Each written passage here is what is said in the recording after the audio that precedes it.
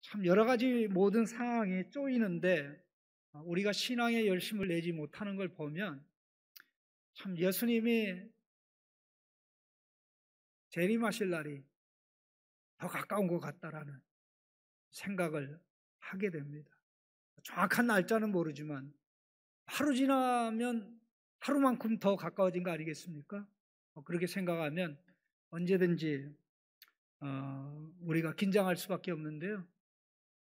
우리 주님께서 우리를 위해 준비하신 일들을 생각해 보면 우리는 신날 것밖에 없습니다. 믿습니까? 신날 것밖에 없는 줄로 믿습니다. 신날 것밖에 없는 줄로 믿습니다. 세상은 신날 게 없어요. 전쟁, 불안, 초조, 염려, 걱정 등등 이런 것들이 있는데 우리가 22장 말씀을 보면서 하나님께서 우리를 위해 새하늘과 새 땅에서 준비한 것들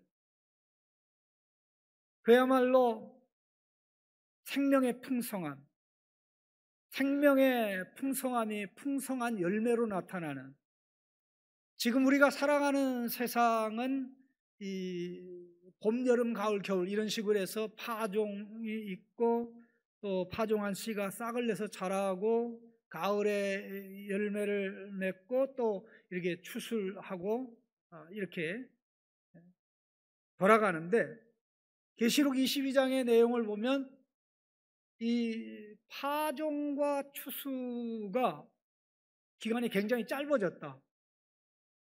달마다 열매를 맺는 거 보니까 벌써 한 달이라는 기간 안에 뭐예요? 파종과 열매 맺음이 있는 것을 보면 얼마나 그 땅, 새 땅이 정말 생명과 생명의 풍성함으로 넘치는지 말로 다 할 수가 없습니다.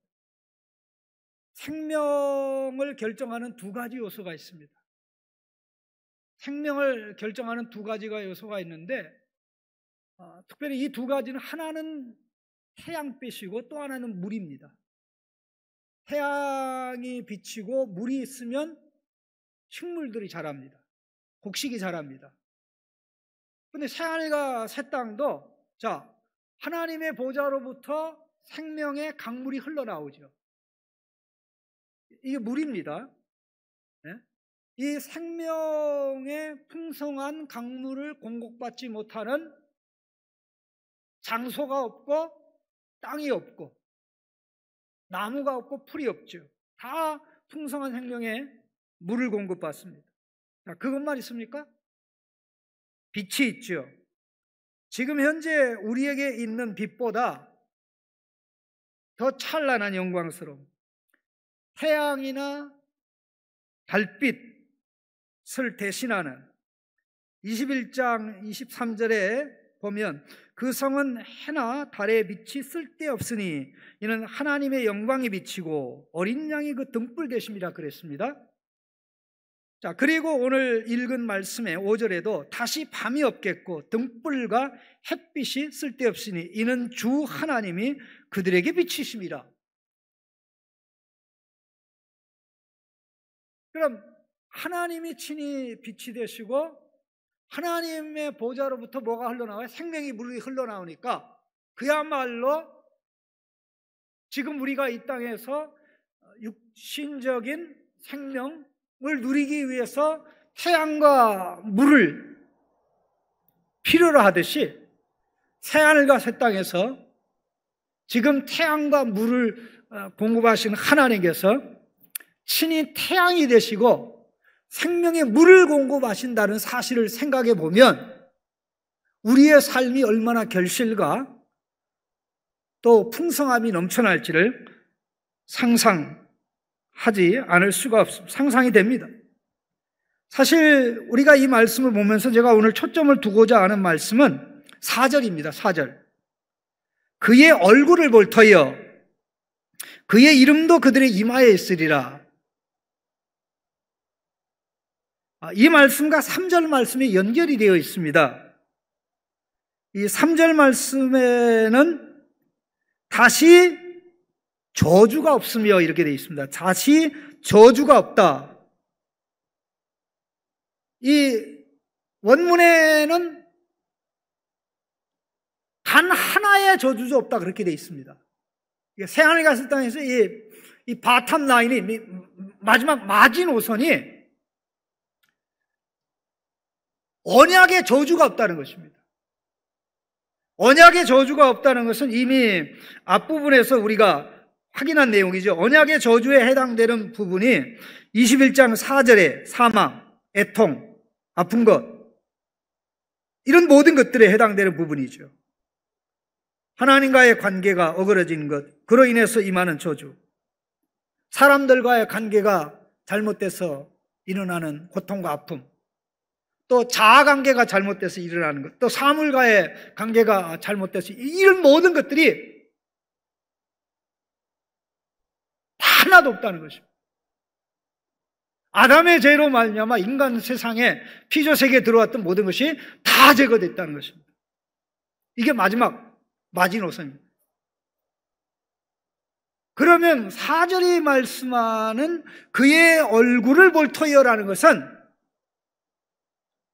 하나님의 언약적인 복의 절정을 얘기합니다. 마지막 바텀 라인으로 어떠한 언약의 저주도 없다. 그 대신에 뭐가 있다? 언약의 축복이 있는데 그 언약의 복의 절정을 얘기하는 것이 하나님의 얼굴을 보게 된다는 것입니다. 혹시 지금까지 신앙생활 하면서 우리 청년이나 어르신들 가운데 하나님을 보신 적이 있습니까?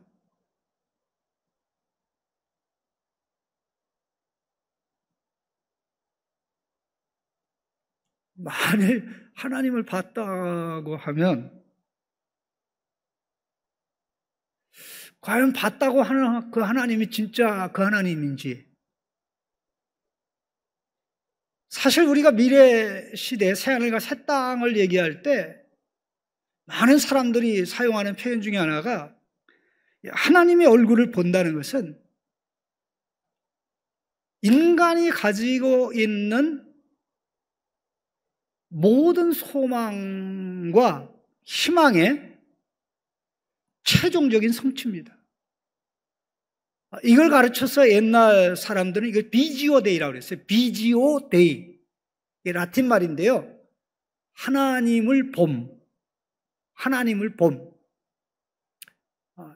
이거를 영어로는 표현할 때 하나님을 보는 복. 그래서 beatific vision of God, beatific vision, 복된 봄. 하나님을 보고 경험하고 체험하는 것이 말로 다 할 수 없다는 거죠. 우리가 적어도 이것을 경험할 수 있는 좋은 방법을 하나님께서 우리 모두에게 주셨는데, 자, 우리가 태어나면서부터 전적으로 부모의 보살핌이 없으면 생존할 수 없게 되어 있습니다. 그래서 엄마 뱃속에서 태어나자마자 엄마가 옆에 있느냐 없느냐에 따라 상황이 다르죠. 엄마가 있으면 살 수가 있고 엄마가 없으면 죽죠. 아기는 울기만 하면 입에 뭐가 들어온다는 걸 알아요. 아기는 울기만 하면 몸에 불편한 것을 엄마가 제거한다는 걸 알아요. 네? 아, 나는 엄마 없이는 못 살겠구나. 그러다가 엄마만이 아니라 아빠도 필요하고, 아빠만이 아니라 또 가족이 필요하고, 이렇게 됩니다. 그러니까 아이에게 부모라는 존재는 어떻게 보면 하나님과 같은 존재거든요. 부모가 있으면 행복하고 부모가 없으면 불행한 거죠. 그러니까 아이가 엄마를 본다는 거, 아빠를 본다는 거, 부모를 본다는 것은 그야말로 그것이 행복과 기쁨, 만족 자체입니다.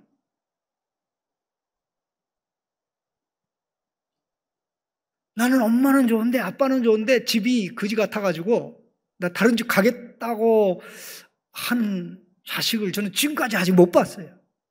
혹시 그런 분들 많이 보셨습니까? 우리 집이 거지 같아가지고 내가 다른 집에로 입양 가야 되겠다고. 혹시 그런 생각을 해보신 적 있나요? 해봤어도 감히 액션은 취할 수는 없겠죠. 그런데 중요한 부분은 우리와 하나님과의 관계에서 가장 중요한 것은 하나님의 임재가 새하늘과 새 땅에 있고 우리도 그 새 땅에 있으면서 단 하루도 태양이 뜨지 않는 날이 없듯이 매일매일 태양이 떠서 태양을 우리가 직접 보든지 그룹에 가린 것으로 보든지 지금까지 사시면서 오늘은 해가 안 떴네? 이렇게 느껴보신 적이 있습니까? 그런 적 없죠. 하나님의 임재를 체험하는데 하나님의 임재 안에서 하나님의 임재의 복을 누리면서 사는데 그 복의 절정을 표현하는 게 하나님의 얼굴을 본다는 얘기입니다. 그런데 그게 가능하려면 하나님을 볼 수 있도록 우리 안에서 변화가 일어나야 돼요. 무슨 얘기냐면요. 자, 에덴 동산에서 타락 이전에 하나님과 교제할 수 있었죠. 하나님의 임재의 복을 누릴 수가 있었죠. 그러나 타락한 다음에는 하나님의 임재가 복이 됩니까? 부담이 됩니까? 기쁨이 됩니까? 두려움이 됩니까? 두려움이 됩니다. 즐거움이 됩니까? 공포가 됩니까? 공포가 되죠. 그럼 우리 안에 죄로 인하여 임한 이 모든 것들이 예수님의 십자가 부활로 완전히 제거되고 그 자리에 예수님의 순종과 완전한 하나님의 공의 만족으로 말미암아 예수님의 형상이 우리에게 빚어지는 일이 있어야 된다는 거죠. 그래서 그들이 그의 얼굴을 볼 터이요 그의 이름도 그들의 이마에 있으리라. 하나님의 얼굴을 볼 사람들의 이마에 뭐가 기록되어 있다고요? 하나님의 이름이, 하나님과 어린 양의 이름이 기록되어 있다라는 것은 무엇을 의미합니까? 그들이 하나님을 경험하고 복으로 누릴 수 있도록 그들에게 엄청난 변화가 일어났다. 그들은 단지 껍데기에만 하나님의 아들, 딸이 아니라 성품적으로도 이제 완전한 하나님의 아들, 딸이라는 것이죠. 그게 바로 21장 7절에서 우리가 보았던 내용입니다. 21장 7절 보시죠. 이기는 자는 이것들을 상속으로 받으리니 나는 그의 하나님이 되고 그는 내 아들이 되리라. 우리가 하나님의 아들, 딸로 예수님 하나님의 완전한 아들, 예수님 덕에, 예수님 때문에, 예수님의 은혜로 말미암아 영광스럽게 변화되었기 때문에 그 변화된 모습으로 하나님의 언약의 복을 누리는 것입니다. 이게 사실 상상이 잘 안 가요. 상상이 잘 안 가요. 제가 이렇게 설명할 수 있을지 모르겠는데요. 쉽게 얘기하면, 자, 낯놓고 기억자도 모르는 사람하고요. 아무것도 그야말로 무식이 통통 튀는 사람하고 모르는 게 없는 사람하고 같이 산다 그러면 이게 교제가 됩니까? 안 됩니까? 자, 난놓고 기억자도 모르는 사람 행복하겠습니까? 행복하지 않겠습니까?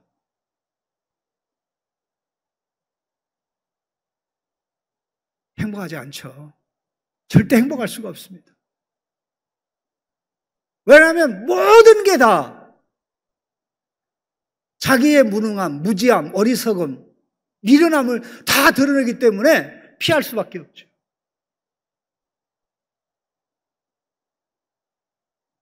우리가 새하늘과 새 땅에 들어가는 것은 변화되기 이전의 모습으로 들어가는 것이 아니라 예수님의 십자가의 은혜로 변화되어서 들어가기 때문에 하나님의 임재의 복을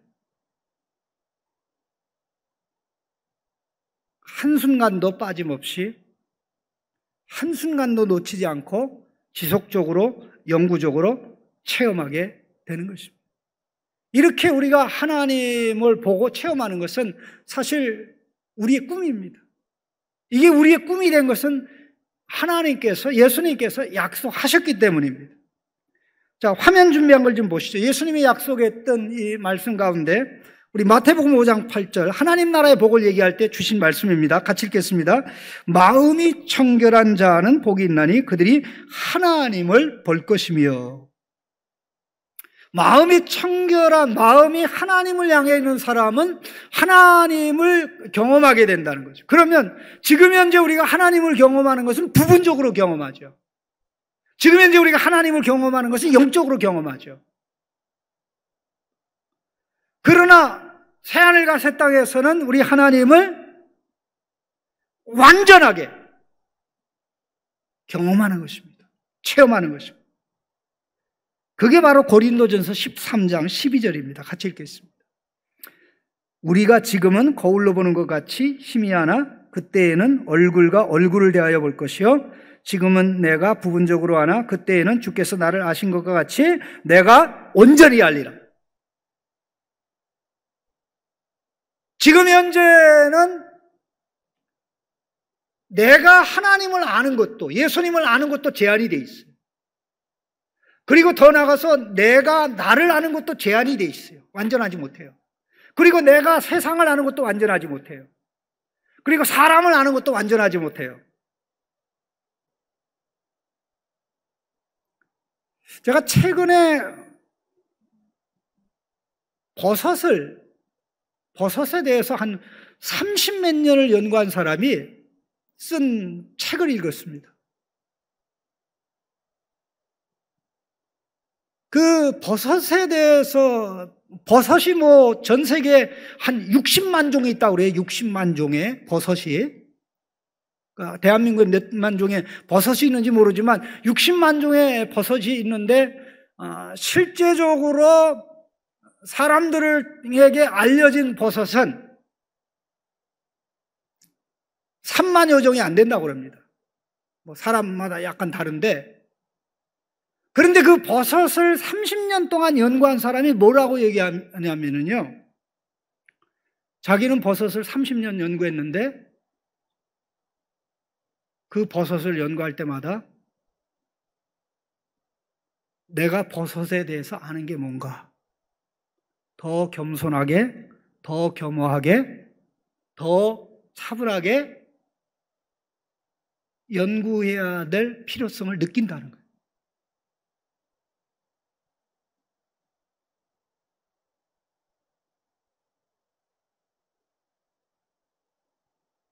하나님이 만든 뭐 5번째 왕국이라고 얘기합니다. 버섯의 세계를 5번째 왕국이라고, 식물의 왕국, 플랜트 킹덤 있고, 애니멀 킹덤 있고, 또 인애니밋 킹덤, 무생물 왕국도 있고, 뭐 그 중간 정도에는 균류에 해당되는 그 왕국이 버섯 왕국에서 뭐 5번째 왕국이라고 하는데, 그것을 얘기해도 참 안다고 말할 수 있는 게 없다는 거예요.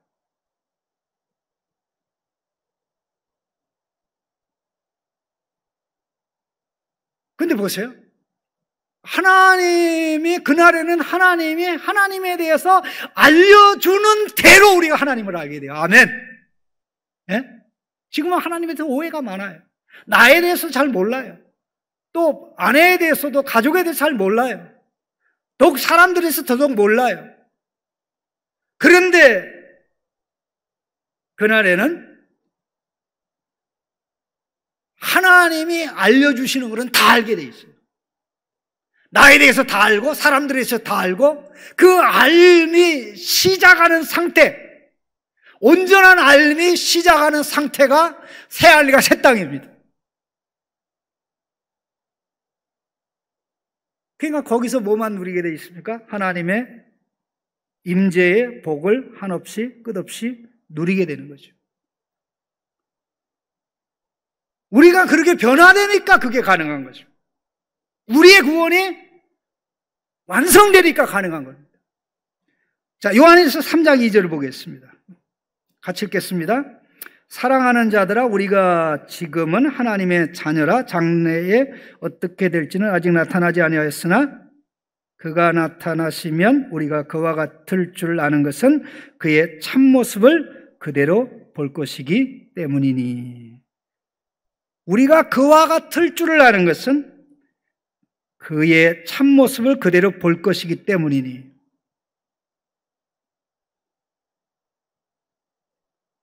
자, 하나님을 보고 하나님의 모습으로 빚어지고, 그러니까 자녀의 모습이죠. 예수님의 모습이죠. 그러면 가만히 생각해 보세요. 새하늘과 새 땅에서 일시적으로 잠깐만 하나님이 나타났다가 안 보이고 또 나타났다가 안 보이고, 그게 아니라 하나님을 체험하고 경험하고 누리는 것이 영구적으로 온전하게 지속되는 것입니다. 그럼 원래 이것이 가능한 것인가라는 것을 물어보면요, 우리가 하나님을 얘기할 때 반드시 제일 처음에 들어가는 게 볼 수 없는 하나님입니다. 뭐라고요? 볼 수 없는 하나님. 볼 수 없는 하나님. 자, 우리 관련된 말씀 좀 보겠습니다. 먼저 신약에서 보고요, 구약으로 넘어가겠습니다. 자, 요한복음 1장 18절입니다. 같이 읽겠습니다. 본래 하나님을 본 사람이 없으되 아버지 품속에 있는 독생하신 하나님이 나타내셨느니라. 원래 하나님을 본 사람이 있다 없다? 없다. 볼 수가 없어요. 자, 요한복음 5장 37절입니다. 또한 나를 보내신 아버지께서 친히 나를 위하여 증언하셨느니라.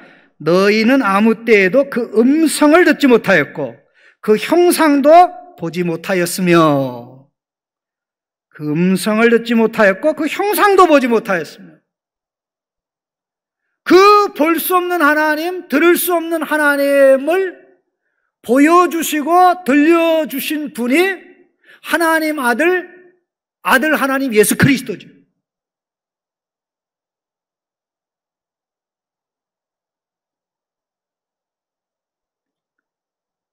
그러면 하나님을 뭐라고 소개합니다? 골로새서 1장 15절 보시면 이렇게 나옵니다. 같이 읽겠습니다. 그는 보이지 아니하시는 하나님의 형상이시며 모든 피조물보다 먼저 나신 이시니. 자, 이게 하나님을 뭐라고 그랬습니까? 보이지 않는 하나님, invisible. 하나님이 만든 것 중에 보이지 않는 것들이 엄청나게 많습니다. 공기 보입니까? 바람 보입니까? 바람 느끼죠. 그 다음에 많은 우리가 눈으로 볼 수 없는 그런 피조물들이 많이 있습니다. 더 나아가서 디모데전서 6장 16절입니다. 같이 읽겠습니다. 오직 그에게만 죽지 아니함이 있고 가까이 가지 못할 빛에 거하시고 어떤 사람도 보지 못하였고 볼 수 없는 이시니. 이게 하나님의 본질입니다. 하나님의 본질입니다. 그러니까 우리가 할 수 있는 어리석은 기도는 하나님 제발 좀 보여주십시오. 하나님이 손발 있는 모습, 하나님이 나타나실 때 사람의 모습으로 나타나시죠. 그건 우리의 이해를 위해서 사람의 모습으로 나타나는 것이지 하나님이 사람이라 사람으로 나타나는 거예요. 천사가 나타날 때 천사로 나타납니까? 사람의 모습으로 나타납니까? 사람의 모습으로 나타나거든요. 왜? 우리의 이해를 위해서.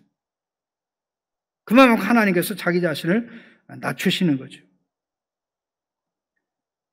자, 이렇게 신약에서 하나님을 볼 수 없다고 얘기하는데 이 구약은 어떻게 말씀하는지 바로 구약의 뿌리를 두고 있습니다. 그 대표적인 사건이 시내산에서 하나님이 임할 때 있었던 사건입니다. 신명기 4장 12절입니다. 신명기 4장 12절 같이 읽겠습니다. 여호와께서 불길 중에 너희에게 말씀하시되 음성뿐이므로 너희가 그 말소리만 듣고 그 영상은 보지 못하였느니라. 너희가 그 말소리만 듣고 형상은 보지 못하니, 물론 그 앞에 이제 하나님의 형상이죠. 자, 4장 15절입니다. 여호와께서 호렙산에서 불길 중에서 너희에게 말씀하시던 날에 너희가 어떤 형상도 보지 못하였은즉, 너희가 어떤 형상도 보지 못하였은즉 너희는 깊이 삼가라. 바로 이러한 이유 때문에 하나님께서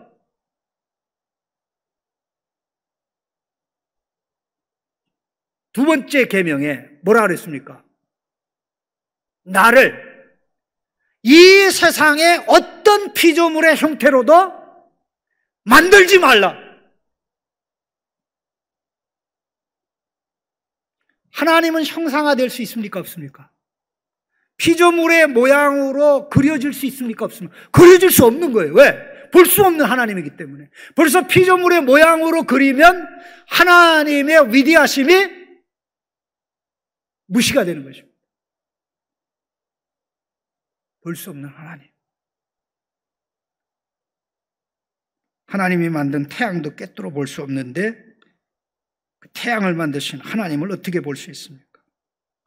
자, 그럼 우리 굉장히 재미난 질문이 하나 있는데요. 모세는 사람이 얼굴을 맞대고 얘기하는 것처럼 하나님께서 모세하고 얘기하셨다고 그랬잖아요. 그거 어떻게 된 겁니까? 네? 모세는 사람의 얼굴을 맞대고 얘기하는 것처럼 하나님이 모세와 얘기하셨다고 그랬는데 과연 모세가 하나님의 얼굴을 봤을까요?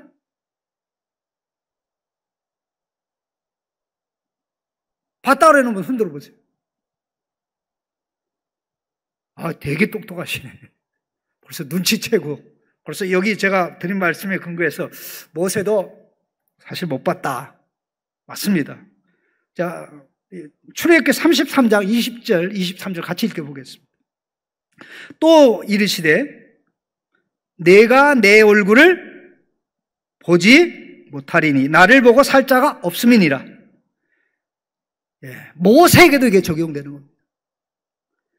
내가 내 얼굴을 보지 못하리니 나를 보고 살 자가 없음이니라.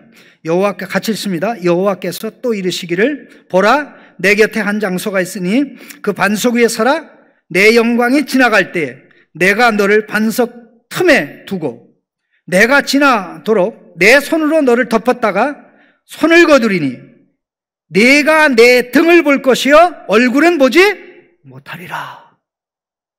얼굴은 보지 못하리라. 모세마저도 하나님이 사람이 얼굴을 맞대고 대하는 것처럼 그렇게 말씀하셨지만 하나님의 얼굴을 볼 수가 없었습니다. 볼 수가 없었어요. 그런데 이 모세에게조차 불가능했던 일이 새하늘과 새 땅에서는 하나님의 모든 백성에게 24시간 1년 365일 영원히 가능하다는 거예요.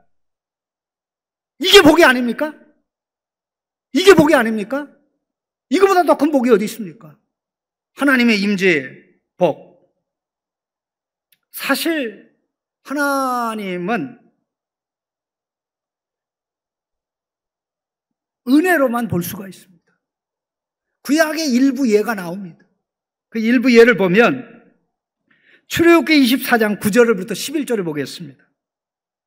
시내산에서 있었던 일인데요. 하면 몇 사람이 이 체험을 했나 한번 보시죠. 모세와 아론과 나답과 아비후와 이스라엘 장로 70인이 올라가서 이스라엘의 하나님을 뭐하니? 보니. 이스라엘 하나님을 보니. 그의 발 아래는 청옥을 편 듯하고 하늘같이 청명하더라. 하나님이 이스라엘 자손들의 존귀한 자에게 손을 대지 아니하셨고, 원칙적으로 얘기하면 모세도 아론도 나답도 아비후도 이스라엘 70인 장로들도 그들의 죄로 인해서 하나님을 볼 수가 없지만 하나님이 은혜로 보게 허락하셨다는 것입니다. 그래서 그들은 하나님을 뵙고 먹고 마셨더라. 그들이 시내산 중턱에 올라가서 70명에다가 모세, 아론의 두 아들 74명이죠. 그들이 단 한 번 경험한 것은 하나님의 모든 백성이 새하늘과 새 땅에서 영원히 경험하고 누리게 될 하나님을 보고 누리는 이 복을 예고한 사건입니다. 꿈 같은 일이죠. 그러나 그거는 구약시대에는 그들에게 없었습니다. 하나님이 계신다고 하는 성막의 지성소가 빛이 환했습니까? 어두웠습니까? 어두웠죠. 성막 중에 지성소에는 빛을 비치는 게 없습니다. 그러니까 성소의 지성소에도, 솔로몬이 지은 성소 중에 지성소에도 빛이 없어요. 아직 하나님 앞에 나아가는 빛이 제공되지 않아 하나님을 아직 온전히 아는 복이 주어지지 아니했다라는 것이죠. 그래서 구약 백성들은 하나님을 보면 죽는 거로 알았어요. 하나님의 음성을 들어도 죽는 줄 알았어요. 그래서 시내산에서 사람들이 벌벌벌 떨면서 모세여 우리로 하여금 하나님의 음성을 더 이상 듣지 말게 하옵소서. 음성도 제대로 못 듣는데 하나님 봐가지고 어떡할 겁니까? 사사기 13장입니다. 13장. 이 삼손의 부모에 관한 얘기가 나옵니다. 13장 21절 22절 같이 읽겠습니다. 여호와의 사자가 마노아와 그의 아내에게 다시 나타나지 아니하니 마노아가 그제야 그가 여호와의 사자인 줄 알고 그의 아내에게 이르되 우리가 하나님을 보았으니 반드시 죽으리로다. 우리가 여호와의 사자도 하나님인데 이건 우리 하나님의 특별한 임재의 천사인데 이 땅에 오실 예수님이죠. 어떻게 보면 예수님의 예비적인 모습인데 하나님을 보았으니 우리가 죽으리라. 그러니까 사실 그의 아내가 더 똑똑했어요. 여보, 우리 안 죽어. 우리 죽이려고 그러면 우리한테서 자식이 난다고 그랬는데 그게 어떻게 가능하냐고. 하나님의 은혜로 죽지 않았던 것이죠. 우리 한 군데 더 보겠습니다. 이사야 6장입니다. 6장 1절. 6장 1절 먼저 같이 보겠습니다. 우시야 왕이 죽던 해에 내가 본즉 주께서 높이 들린 보좌에 앉으셨는데 그의 옷자락은 성전에 가득하였고, 그래서 이제 스랍들이 찬양하고 경배하고 거룩거룩 외치는 그런 내용을 보는데 이 성전의 그 문지방이 들썩들썩하는 그것을 느꼈습니다. 그리고 그때 이사야가 한 고백이 5절의 말씀입니다. 같이 읽겠습니다. 그때 내가 말하되 화로다 나여 망하게 되었도다.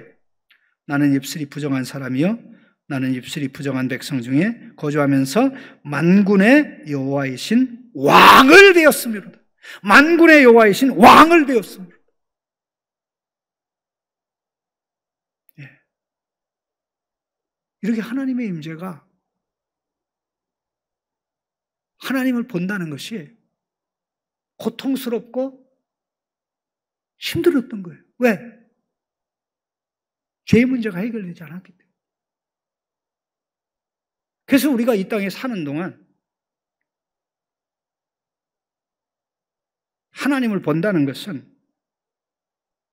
상상할 수도 없는 것이죠. 그 대신 우리는 지금 현재 예수님을 봄으로써, 예수님을 보고 누린다는 것은 예수님께서 우리에게 가르쳐 주신 하나님의 말씀을 받아들이는 것이죠. 그 예수님을 통해서 하나님을 체험하고 하나님을 경험하는 건데, 이제 새하늘과 새 땅에 가서는 예수님과 하나님 아버지와의 관계가 완전한 사랑, 기쁨, 즐거움, 만족이듯이 예수님 때문에 우리와 하나님과 또 어린 양 예수 그리스도와의 관계가 그렇게 영원히 복된 임재로, 복된 임재의 체험으로 나가는 것입니다. 경건의 핵심이 뭡니까? 하나님의 얼굴을 구하는 거예요. 시편을 읽어보십시오. 하나님의 얼굴을 구합니다. 주께서 언제하여 멀리하여 돕지 아니하시나이까? 주께서 어찌하여 얼굴을 가리시나이까?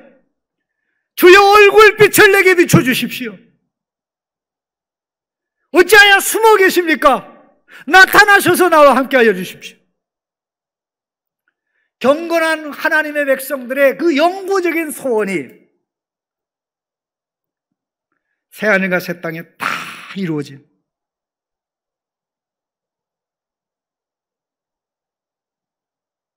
상태에서 우리가 출발을 하는 것입니다.